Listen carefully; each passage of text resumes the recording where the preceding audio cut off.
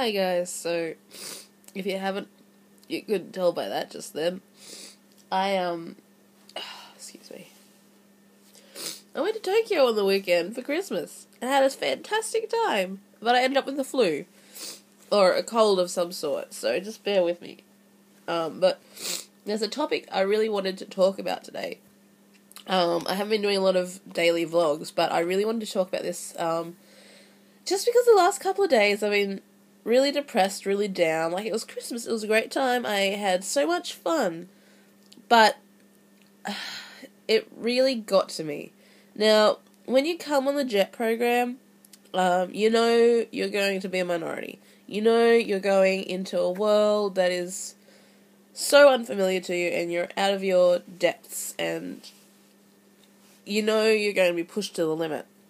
And I was. For the first 3 months, I think, that I was here in Japan, I was very upset at night. I'd come home and cry almost every night. I was just out of my element, and it really got me very emotional. I wasn't unhappy. I didn't not like my situation. It was just unusual to me, and I was just very emotional, and that's just what happened when I came home at night. It was no big deal. I'm not afraid to admit it.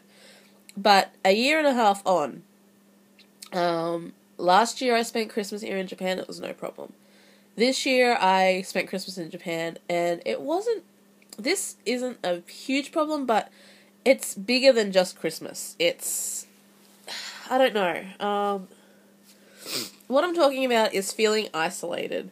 Not only in geographically where you're living, not even culturally, but in every way possible, feeling like a minority.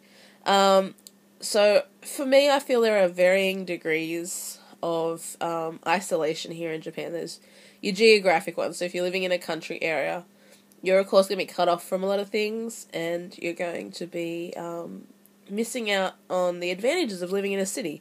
I'm fortunate where I'm living in a city, Hachinohe City, of 250,000 people. And so it's great. It's not a modern town, it's not a modern city, sorry.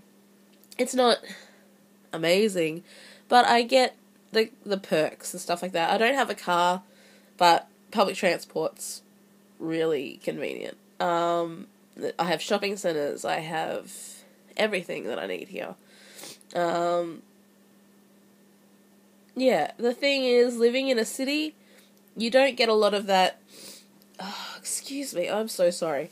You don't get a lot of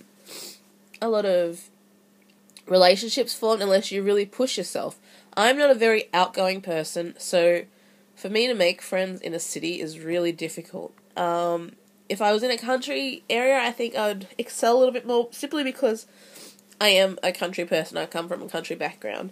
But yeah, I'm fine in that part. I don't feel isolated in terms of geography. That's fine, and I'm dealing with it quite well.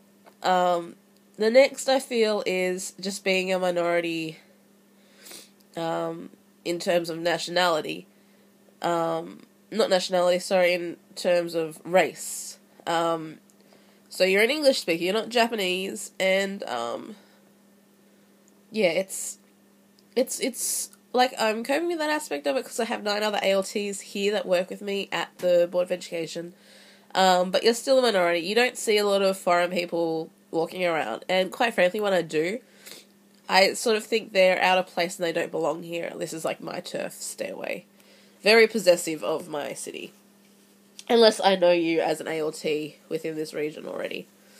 The last I really want to talk about, I really want to get into, is isolation in terms of dialect. And I'm not talking Japanese dialect, I'm talking English dialect. As far as the elementary course and the junior high school course in English, we are told that we're not told, but in the books they teach American English, American pronunciation, American spelling. For me, that's really difficult. I'm Australian, and I speak differently. I really do, and I have a hard time sometimes in class when I'm saying things and my teachers tell me I'm saying them wrong. I'm not saying them wrong, I'm just saying them in a different dialect. And it's been fun. I sort of just brush it off and I say, well, in Australia we say it this way, in America we say it this way. And that's been fine. And it's still working fine, and there's no problem with that. The whole idea of learning English for the Japanese people is to learn about different cultures and stuff. So when they have me, an Australian ALT, they're getting two sides. They're getting the American textbook version and they're getting an extra Australian version. But what's happened this weekend, especially this weekend, hanging out with American people for a short period of time, but it was still like all the time, like 24 hours a day almost. If we weren't sleeping, we were spending time together, traveling. But the thing is, not between me and Japanese people, but me and other English speakers from different countries. Just there's some incidents that happen where I think it's okay to say something. Australians are really sarcastic and don't mean a lot of the things they say. They joke around, and some derogatory terms that we use that are quite harsh, apparently, to Americans. Like, swear words for us are really toned down in Australia. I just know where I come from. Every second word is like a swear word or a curse word or whatever. And it's no big deal. Like, when you're around your friends, you're more relaxed and you can do that kind of thing. When you're in a professional setting and you have to be professional, then you know to cut it off, right? You don't speak like that. But for me, being over here and hanging out with Americans and saying those sort of things without realizing, I was hurting a lot of people, and I didn't realize that until I sort of spoke to one of my friends about it, and she was like, yeah, well, it's upsetting me. We sort of... It was both ways. She was saying some things that were upsetting me that probably weren't bad for her culture, for American culture. But to me, it really upset me. So it worked both ways. But in that respect, I felt really isolated. Also, I travelled with a group of Americans. So there was 3 Americans and me and a Japanese lady. And I just sort of felt like the odd one out. I really felt like the third, fourth, fifth wheel, whatever, depending on the situation. And I just felt excluded, and I just didn't feel part of the group. I just felt I was tagging along just because, yeah. And I don't know, I just didn't, I click with these people. I get along with them fine every other time. And it's nothing personal about these people. I'm not even naming names, but there's nothing personal about them. It's just the culture thing. It's just that. And so my Christmas, although it was very exciting and really fun, I had a great time, I also felt very alone and very isolated in that experience. I'm not angry, I'm not upset, I'm not disappointed. It's just realizing that this is the situation and this is how it's going to be until I go home next year. It makes me really miss being around other Australians that sort of get me, that sort of understand everything I say, and it's frustrating that now that I'm aware of this situation, now I'm aware of this problem, that people are offended by what I say. Not only do I have to think about what I'm saying in Japanese, I also have to think about what I'm saying in English, and it's bad enough that my friends back home and people online that I talk to are already having a go at me for not explaining things succinctly, misspelling things, saying things weird, saying things slowly. It's just a lot of pressure to have on me, and I'm just really starting to get, I don't know, it's just a lot to think about, a lot to consider. And yeah, so I hope it's just holidays and emotions and coming back from that trip and stuff. I hope that's all it is. That it's just, I'm becoming aware of it now. But when you come on the JET program, if you're on the JET program now, I don't know what your situation is, but just be mindful of all the different types of isolation you are going to be feeling when you come over here. Because I was definitely aware of the I can't even speak now.